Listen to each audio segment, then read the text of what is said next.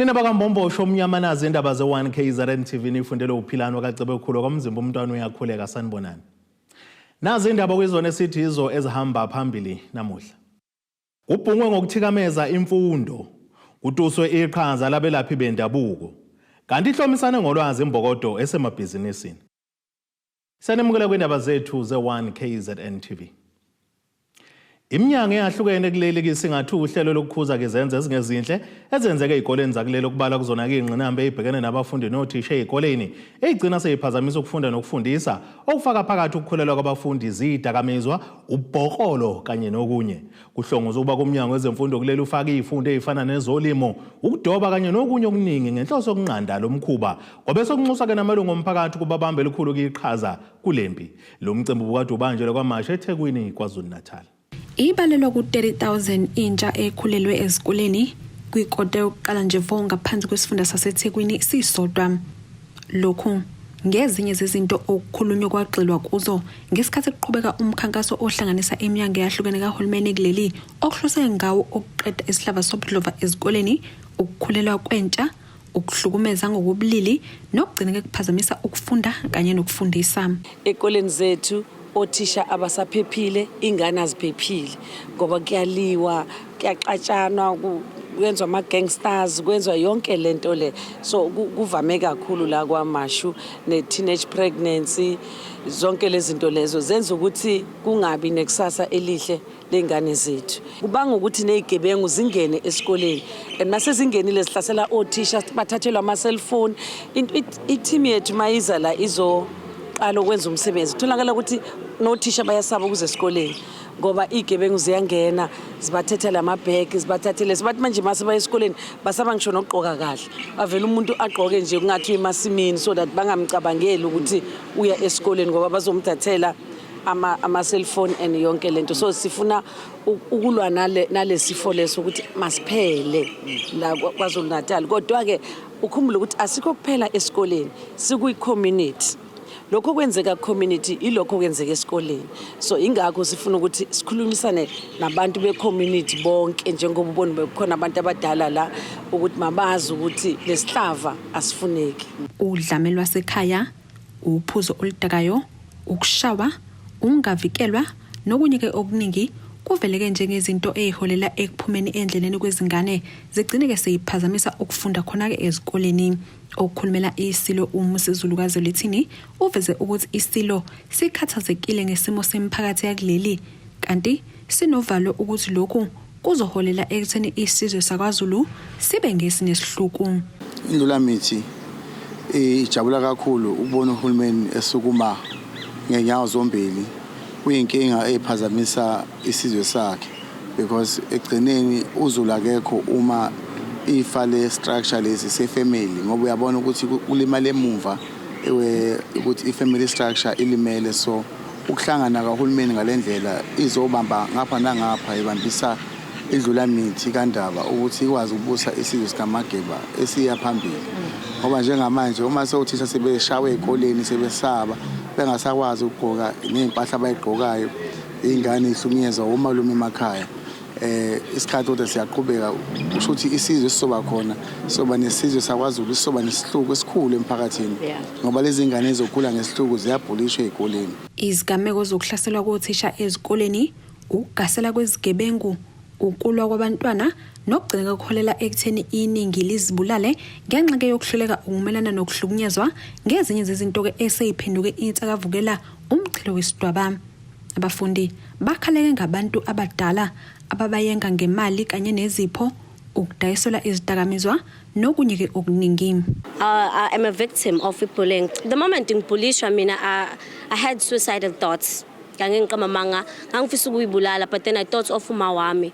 Another thing esikoleni I lost the focus. I was one of the top 10 learners but from then ever since baqala bangibulisha angibangisakwazi ukufocus esikoleni and I saw my dreams shattering.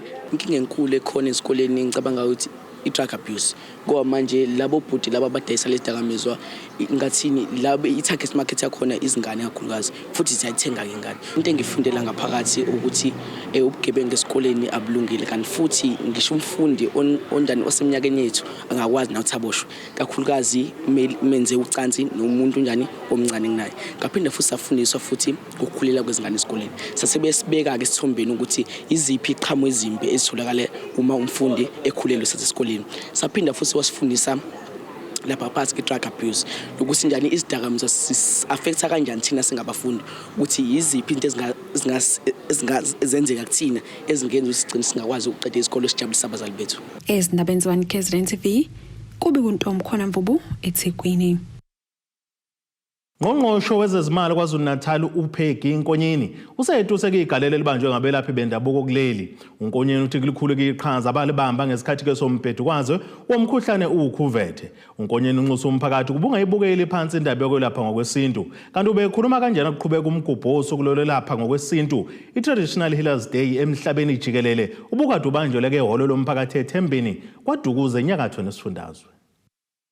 Abelaphi bendabuko abaqhamuka ezingxenyeni ezahlukahlukene zesifunda iLembe bebebuthene ehholo lomphakathi eThembeni kwaDukuza ukuzobungaza usuku labelaphi bendabuko emhlabeni jikelele. Ungqongqoshe wezezimali KwaZulu-Natal unkosikazi uPeggy Nkonyeni uthi igalelo labelaphi bendabuko.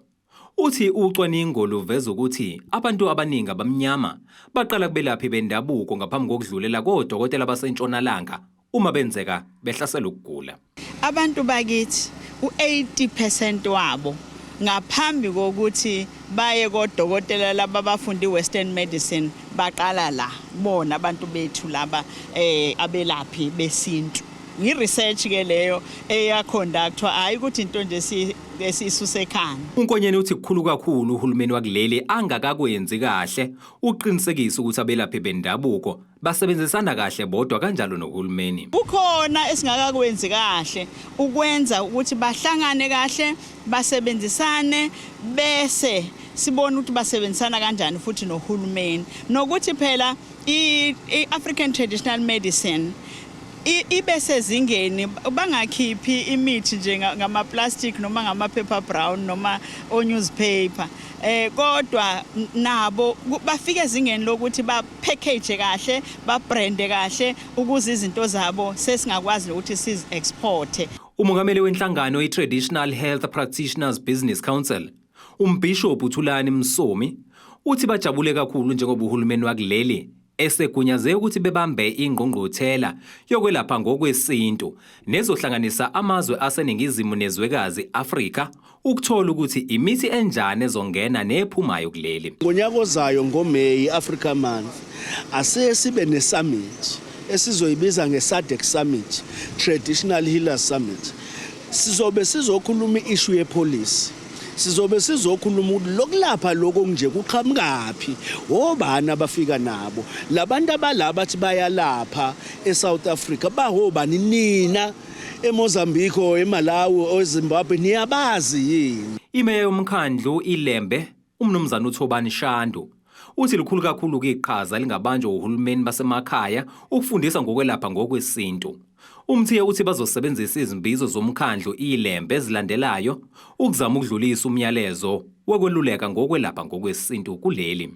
And through local government ngama-IDPs esoba nawo noma imbizo esoba nazo sokuqhubuzela kakhulu abantu besebenzisa na-traditional medicine ngoba iyasebenza ikhathini eziningi sikakhulukazi na kwi-past yethu siyazi ukuthi iyasebenza kakhulu. Lesikhathi se-COVID kukhona abanye bebekwazi ukuthi mhlawumbe beyisebenzisa ikhathi ze-COVID kodwa again bese sikhuza-ke nemikhuba yenzakalayo ukuthi-ke abantu bebala elimhlophe ama-albino kakhulu abanye babona njengabantu abayingxenye mhlawumbe ukuthi bekwazi ukuthi bebasebenzise ukuthi belaphe abanye lokucuyicubza abantu okusho izinto ezingekho-ke zigila mkhuba-ke esenza lokho so yikunxanxa nabo abantu-ke abelapho zendaba ukuthi besisiza nakhona lokho nabo. Ezindabeni ze-1KZNTV ngikuSiyabonga wakwaDuma kwaDukuza. Umasipala wesifunda iKingcetshwa enyakatho nelikaMthaniya uvala inyanga yabantu besifazane uNcwaba ngokuthi uhlanganise bonke abantu besifazane abangosomabhizinisi nalabo abasafisa ukuba ngosomabhizinisi ngenhloso yokubagqugquzela ukuba bazisungulele amabhizinisi abo ukuze bakwazi ukuyiphilisa. Imiyalo umasipala uThamisa Nqantulu uthi babekeke eceleni isihamba semali elinganisela kuyigidi ezingama-20 zamarandi ukwelekelela labo somabhizinisi. Ivalwe ngegi eliphezulu inyanga yabantu besifazane njengoba kumasipala wesifunda Kingcetshwayo ubumeme osomabhizinisi asebephumelele besifazane ukuba ke bezohlomulisa bephinde begqugquzela abanye ukuba besiqalele amabhizinisi abo futhi ke bekwazi ukuthi bawagcine esebenza. Izikhulumo ke zivele ezidaweni ezahlukene nabamabhizinisi ahlukene zishiyelana ke inkundla ziqhugquzela besifazane ukuba beqala amabhizinisi bengabheki ke indawo basuka kuyo ukuthi ke ingeyasemakhaya. Lo mcimbi ubanjelwe enkandla ubuhanjelwe ke inkumbi zomphakathi. Inyanga yabantu besifazane le esiphethayo sacabanga ukuthi konje kunokuthi kuhlanganwe sithi sigubha usuku lantu besifazane ngeziqubulo namaculo into engezu ukwenza ushintsho empilweni zabo into esesijwayele ukuyibona yenzeka yini esingayicabanga sabona ukuthi okungenani azoqala uhambo lolu introduce besifazane ebusinessini nalabo sebeyiqalele amabhizinisi sizame ukubapha amandla ukuthi bakwenze ngokuthe xaxa. Sikhethe indawo yasenkandla bendawo yasemakhaya abantu besifazane abahleze emakhaya abaningi ubathola behlezi kuyibona abaphethe imizi kodwa uthola ukuthi inhliziyo yabo inazo izixazululo zokuthi imndeni iphile. Ingakho ke sithi ke ukulwa nodaba lokungasebenzi kwabantu kanye nendlala sabona ukuthi asize endaweni efuzele la khona ezoqala uhambo silandeka abantu asebephumelele kakhulu emabhizinisini abangabantu besifazane nabo. Umphembe ekhuluma nabezindaba uthi ke babeke eceleni isamba semali esigidi ezingama-20 esibhekeke ukulekelela abesifazane izigidi ezinhlanu zaleyo mali ebhekelela ukulekelela abesifazane abanamabhizinisi. Abesifazane ke bazothola uqeqesho kanye nokwelulekwa ngebhizinisi. I-mentorship ingena lapho ekutheni noma sebeqala banikeza usizo bazobe sebebona ukuthi bayaqhubeka yini. Sivule amahhovisi amahlanu la eKingcetshwa yamasha la esiqasha khona abantu abasha akuyibona bazobe sebenza lawo masipala ngaphansi komthetho ngaphansi kweoffice la LED officers. Ibona ukuzoba khona wasenkandla oqashwe ngwasenkandla owasemlalazi uzoqashwe ngwasemlalazi. Ngicabanga ukuthi uba kuyiprocess ye recruitment okuyibona abazoxhumana neoffice lethe ekhulukele futhi abazokwazi ukusebenza namahhovisi ngoba omasipala laba bakhona basekhaya abancane banawo nama-office akwa LED. Ibona bazobelekelela na kwi-mentoring kodwa sibe sinazo nanenhlelo nje ezinye zokuthi bakwazi ukuthi ba-mentorishwe esibone ukuthi ngempela lokho abaqalile kuyayini phambili. Ngalolu hlelo umphembo uthi ke laba ke bazokwazi ukuthi bafake izicelo zoqeqesho kanye ke bephinde bethole noxhaso. iKingcetshwa inonkolelo ukuthi kufanele iinveste kakhulu ebantwini baseKingcetshwayo ikakhulukazi ukulwa nesimo sendlala kanye nendaba yokungasebenzi kwabantu. Sinenkolelo ukuthi uma sebesizakele bayokwazi ukuthi bese nabo basize nabanye baningi abawabaqasha. Lesikezi indaba z1KZNTV ngengosamkethiswe Nqulunga ngisenkandla. Umphakathi wakaDukuza enyakatho KwaZulu-Natal usunqumelelo masipala kuyinsuku eziyi-14 ukuba uphendule izikhalazo zabo. Phakathi kwazo bakhala ngenkohlakalo ezisebenzini zalo masipala kanye nokunye. Le mashi biholwa ngunobhala we-ANC esifundeni kwaDukuza sub-region uXolani Mpele. Umphakathi wakaDukuza namaphethelo ubambe imashi nokuthula ebisuka erenke esenkabeni yedolobha ibheke izindlini zomkhandlu kaDukuza. Le mashi ibiholwa nguloyo ngunobhala we-ANC uXolani Mpele ngaphansi kwesifundo kaDukuza. Phakathi kwezinto abakhala ngazo ungavalwa kwesikhala sekhaloyo kade ngusekela meya uThulani Mbazo Ntuli owashona ngoMashi kuona lonyaka. Laba kade bebhikisha baphinde bakhala ngokuthi umeya kanjani nesiphathimandla zikamasipala okubala nomphatho lomasipala kabawuphethe kahle njengoba bethi seziningi izinhlolo ezilokhu ibalandela eziveza ukusebenza budlabha kwemali. A proper investigation to a role of Mr. Manzini as well as the Director of Expenditure as well as the other officials improving, allowing fictitious payment and resulted to the municipality losing approximately 600 to 1 million respectively. The investigation must look at the role played by the law firm Shefton and Weil in covering up these serious lapses by the officials. a leadership vacuum within the municipality in that the deputy mayor position in the municipality has not been filled, as there has been no chairperson appointed for the infrastructure and technical portfolio committee. These committees are crucial to the service delivery mandated by the council. It is inconceivable that to this date, this crucial position has not been filled. The non-filling of this post has been resulted in serious challenges in respective of infrastructure delivery and municipalities. Kulezi khalazo babesebenika izinsuku ezishumnane ukuze bezophendula. Mase ngizwe ngathi khona balwa nomeya phakathi. So uma kuthi kume kanjalo khona into ethi umeya khona ngizwile ngasekugcineni. Ngizocela i-memorandum ithathwe chief.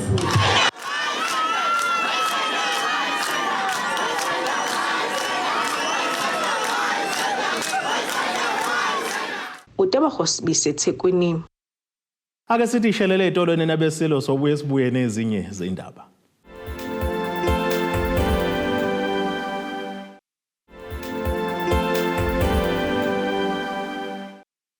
Asibonge siphinde sinamukele futhi nisabukele zona indaba ze1KZNTV nazo ke zona indaba esithi izo ezihamba phambili namuhla.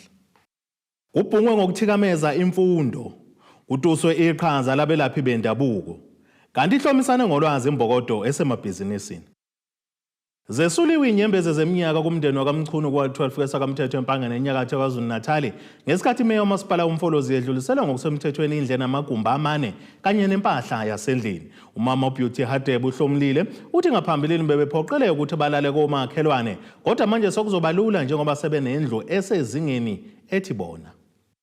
Umasipala waseMfolozi udluliseleke ngezindle ezitathu sesimene emndenini ke emithathu ekholwa ke ngabesifazane kumawadi kahlukene ngaphansi kwalomasipala nokuyingxenye ke lohlelo lokwakhiwa kwezindlu umntwana uMangosi uThubuthelezi njengoba kuphethwa ke imigubho yenyanga abantu besifazane. Okudale ukuthi singakwazi ukuhlala sithule makunemndeni ehola abantu besifazane sesimene sinje. Lokho kusuka kumyalezo esawuphathiswa umntwana kwaphinda ngene. Njengoba deseshilo uhlalo wami ukuthi la sikhona asinakekela abantu besifazane kanye nezingane sibavikele. Emveni kokuba ke sibonile kunezidingo eziningi abantu abaswele indawo yokulala. Eminye yemndeni ke lena esahlala phansi sayibheka ukuthi kambe singenze njani ukulekelela njengoba kade bengenayo indawo yokufihla ikhanda. Udaba lakhulunywa kuma LTT kuyo yonke indawo. Sakwase ukuthi phakathi kwemndeni eminingi njengoba sazi ukuthi baningi abahluphekayo. Kepha sase siyavumelana sonke ukuthi lo mndeni walana kwaMchunu iwona okumele siqale ngawo kuba siunike indlu. Umndeni wakwamchunu ungeminyeke yemndeni emithathu ethe yahlomula ngendlu entsha enempahla yasendlini kanye nokudla. Akekho ke usebenza kuleli khaya isimo ke bebephila ngaphansi kwaso besenzima njengoba ke bebengenalo uphahla lokufihla ikhanda. Bengisekumzimeni bathi ngibekezele kubuhlungu ngicabanga ngisho ukuzibulala. So uyabona nje ngiyibikela nemeya ukuthi ngineyinkinga. So uyabona ngihlezi kahle kodwa ke namhlanje inyembe zami zisuliwe. Ngiyabonga kakhulu, ngiyabonga impela kuyindlovu, ngiyazibonga kakhulu, ngiyambonga umeya nomkhandlu, ngiyabonga kubo bonke. Onguhlalo uphiko labesifazane ku-IFP umntwana uPhumzile Buthelezi ulishaleke ihlombe elikhulu lolu hlelo njengoba ke ethi lizosiza besifazane nabo bekwazi ukuzibutha baqhubeke nempilo. Sithokoze kakhulu ngendlela esingeyichaza ukuthi sibe ingxenye lomcimbi awenzile umeya wethu lapha eMfolozi nokwenza awenzele umuntu wesifazane esaziyo usizo lwakhe ukuthi belunga kanani. Kuba buhlungu kakhulu uma umuntu wesifazane usukelekini yena futhi wasuka ngisho kwenye province wazogana lana. Ngisho wahamba umyeni wakhe mesehambile kwase kuba nalokho kuqhubushwa izingane zalo wayekade ekhona unkosikazi omdala ngithemba ukuthi mhlawumbe wayesedlulile emhlabeni. Kodwa wakwazi ukuthi umasipala ubonisane umqoqo umuwonke unobabuyele kuba yohlewa le ukuthi wawuthi uyapi kwaZulu. Siyakuncoma kakhulu lokho dlabazana namakhanseli ethu onke ukuthi nitshengisile ukuthi niyakwazi ukuthi nenze lokho ayinthume khona umntwana waphinda ngene omsungulwa leli qembu. ukuthi nginakelela abesifazane nje bebekile usihlalo wami weprovince uMphemba ukuthi wona mlayezo awugcizelela kakhulu i-homework nje ayinika iqembu ukunakela abesifazane nje wasibulawa kangaka insuku zaphuma. Lesigezi indaba z1KZNTV ngengosamgudiswe Nqulunga ngikwambonambi. Lo lisekela inhloko kumnyango wezokuvakasha ngaphansi komasipala eTheku Winile Mtungwa uthi bazoqhubeka nenhlelo zokuqhakambisa amagalelo abantu besifazana abasemkhakheni ebambe elikhulu iqhaza ukuthuthukisa ezokuvakasha nomnotho waleli dolobha. Umntungwa usholo ngesikhathi kunomcimbi wokuvala inyanga yabesibhuda obubanjwe eMgababa eThekwini.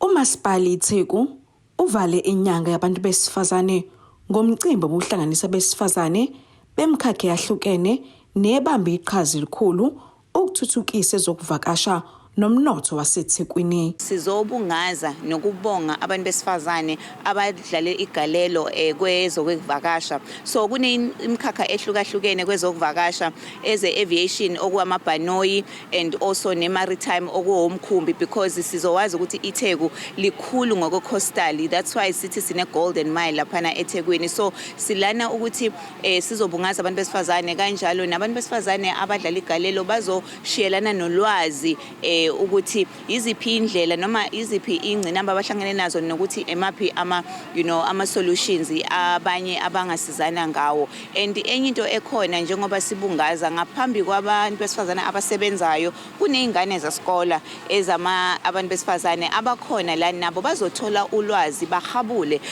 kulaba abasebakhona ukuze bazoqeda isikole babone ukuthi imuphi umkhakha abafuna ukuya kuona. Esinye sesihambeli esisebenza emkhunjini unxenga besifazana ukuthi bangene kulomkhakha wezamanzi. Elami nje izwi lihlele ekuthenini kusano 2% phela wabantu besifazane kwi-industry yami and lokho asikwazi ukuthi sihlale sirelaxe singakwazi uku-actiona. So I want abantu besifazane more in business to claim their captaincy. I-oceans economy nama opportunities that I wish odadewethu singakwazi ukuthi siya explore together. Umnyango wezokuvakasha ubeseveza ukuthi bayaqinisekisa ngaso sonke isikhathi ukuthi basebenzisana nezokuphepha ngokubambisana ukuze kuzovikela ubugebengu ikakhulukazi kuyivakashi.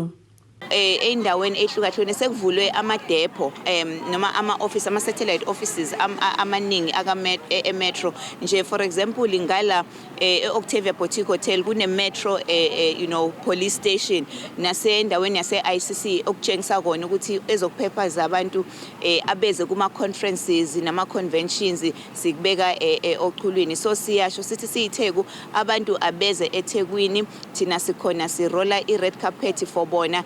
And nje in a couple of days sizobe singena kuyi-September singena kuyi-summer and i-summer yaseThekwini imnandi sabamema abantu ukuthi abaqhubeke beze eThekwini bazongcebeleka baplana ama-holiday abo hayi kuphela ngoSeptember kodwa njengoba siya na kuyi-festive ngoba iDurban is the place to be.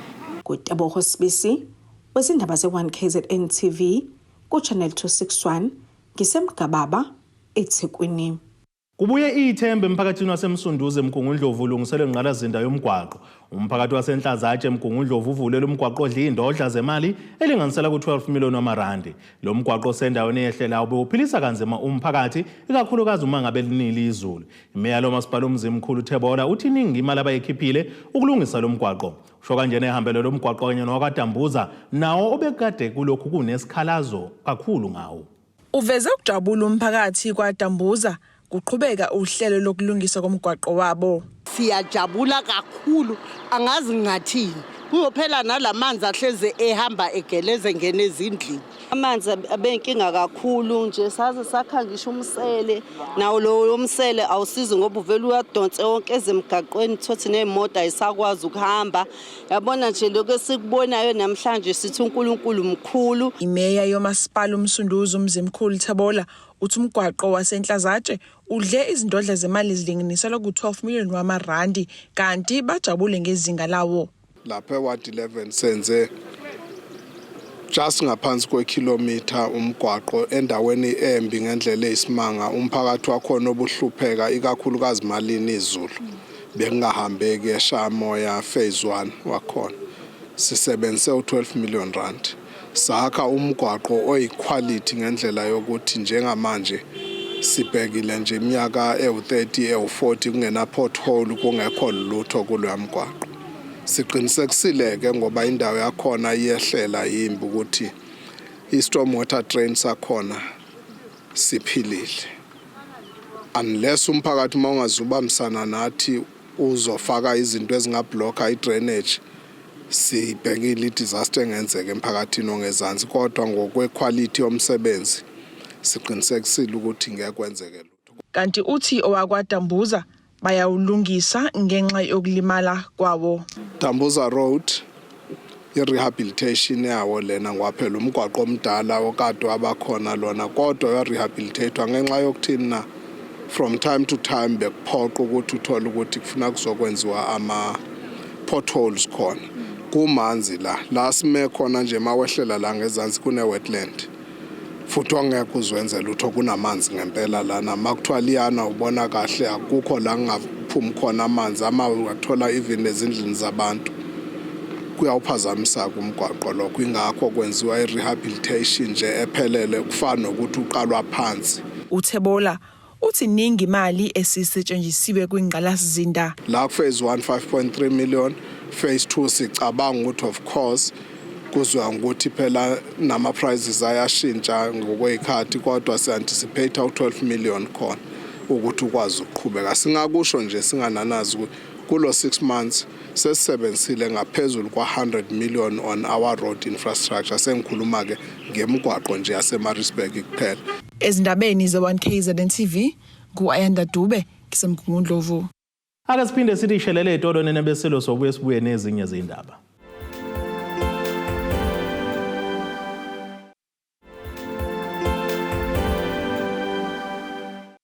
Asibonge siphinde sinamukele nisabukele zona indaba ze1KZNTV nazo ke zona izihlokwana zethu ehamba phambili namuhla.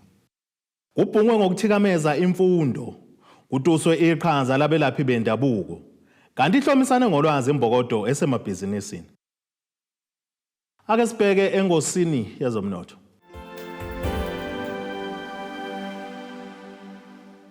Iranda kuleli bezo 18 rand 67 cents kuyidola laseMelika bengu 23 rand 73 cents kupondo waseBrithani libe ngu 20 rand 36 cents ku-euro yase-Europe. Intengo yegolide ime $1,946.16 cents ounce, kuthi intengo kwalo ongahluziwe yona ibe ngu $85.86 cents umphongolo. Ake sibheke engosini yezemidlalo.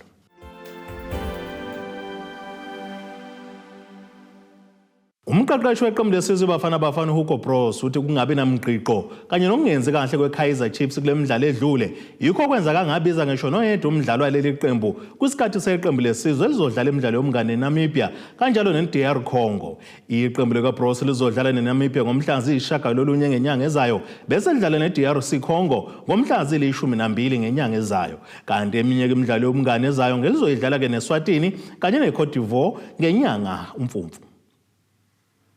Ake sibheke nasi isimo sezulu esingalindeleka osukwini lakusasa.